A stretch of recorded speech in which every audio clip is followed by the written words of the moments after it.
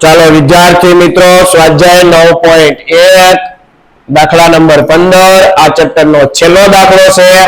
એક સુરેખ માર્ગ એક ટાવર તરફ જઈ રહ્યો છે. તો સૌથી પહેલા તો એક ટાવર જે સુરેખ માર્ગ ઉપર છે. ટાવરની ટોચ ઉપર રહેલી કોઈ વ્યક્તિ ટાવર તરફ અચળ ઝડપથી ટાવરની ટોચ ઉપર રહેલી કોઈ વ્યક્તિ ટાવર ઉપર રહેલી કોઈ કારને જોવે છે. એક મોટર કારના અવશેષનું માપ 6 સેકન્ડ પછી ધારો કે હવે કાર અહીંયા આવી ગઈ અને ત્યારે એના અવશેષ કોણનું માપ નોંધે છે. પહેલા અવશેષ કોણનું માપ તેને 30 નોંધ્યું. 6 સેકન્ડના સમય પછી તેના અવશેષ કોણનું માપ તેને 60 નોંધ્યું. તો કારને ટાવર સુધી પહોંચતા લાગતો સમય નામ આપી દઈએ A B C D. AB A tower છે.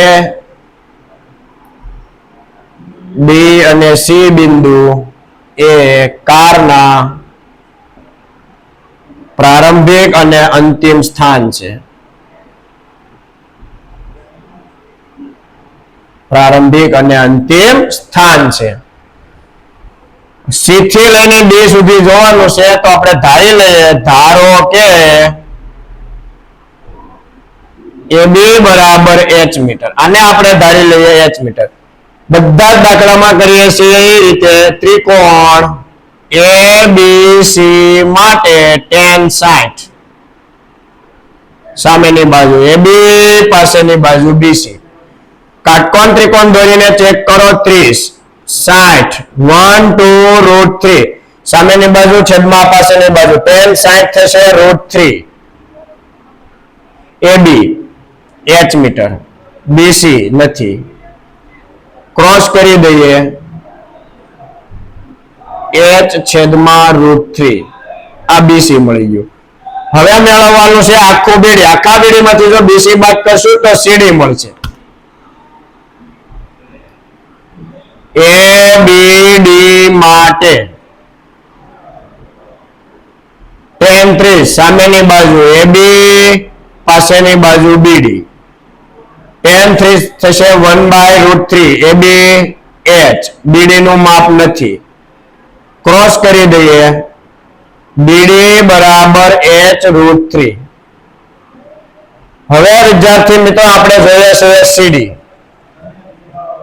આખા BD માંથી જો BC ને બાદ કરવામાં આવે તો BD છે h√3 માઇનસ BC છે h ના છેદમાં √3 છેદમાં 1 હોય. ક્રોસ ગુણાકાર કરીએ √3 3h માઇનસ h છેદમાં √3. 3h માંથી 1h જાય તો 2h ના છેદમાં √3. આ મળી ગયું CD.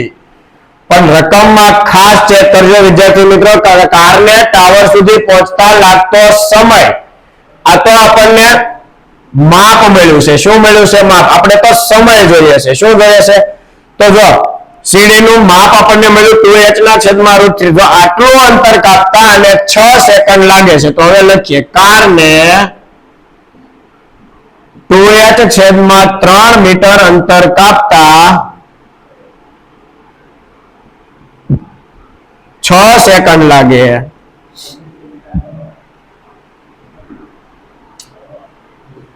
એકમ નથી આપેલો એટલે આપણે દર્શાવવાનો નથી. તો હવે BC આપણે C થી લઈને B સુધી લઈ જવાનું. તો એનું માપ આપણને આપ્યું છે h ના છેદમાં √3. આપણે જે મેળવ્યું આટલું અંતર કાપતા કેટલો સમય લાગે? ચાલો જોઈએ. ક્રોસ ગુણાકાર થશે ત્રિરાશિ પ્રમાણે h છેદમાં √3 ગુણ્યા 6. આને લખાશે ભાગાકારમાં. તો આપણે ભાગાકાર લખીએ 2h ના છેદમાં 3.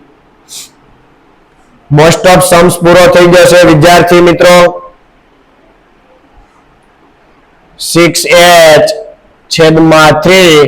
આ ભાગાકારને જો ગુણાકાર કરવામાં આવે તો આગળ આપણે વારે વારે શીખ્યા છે છેદ અને અંશ ઉલટાય. h કેન્સલ, 3 3 કેન્સલ, 2 તેરી 6. 3 સેકન્ડ નો સમય લાગે. એકદમ ઈઝી દાખલો છે 4 માર્ક્સ માટે. ચાલો અહીંયા આપણું ચેપ્ટર નંબર 9 પૂરું થઈ ગયું છે. હવે નેક્સ્ટ લેક્ચરમાં આપણે કોઈ નવા ચેપ્ટર સાથે મળીશું. તે પહેલા વિદ્યાર્થી મિત્રો માં એજ્યુકેશન YouTube ચેનલને સબસ્ક્રાઇબ, લાઈક અને શેર જરૂરથી કરી દેજો.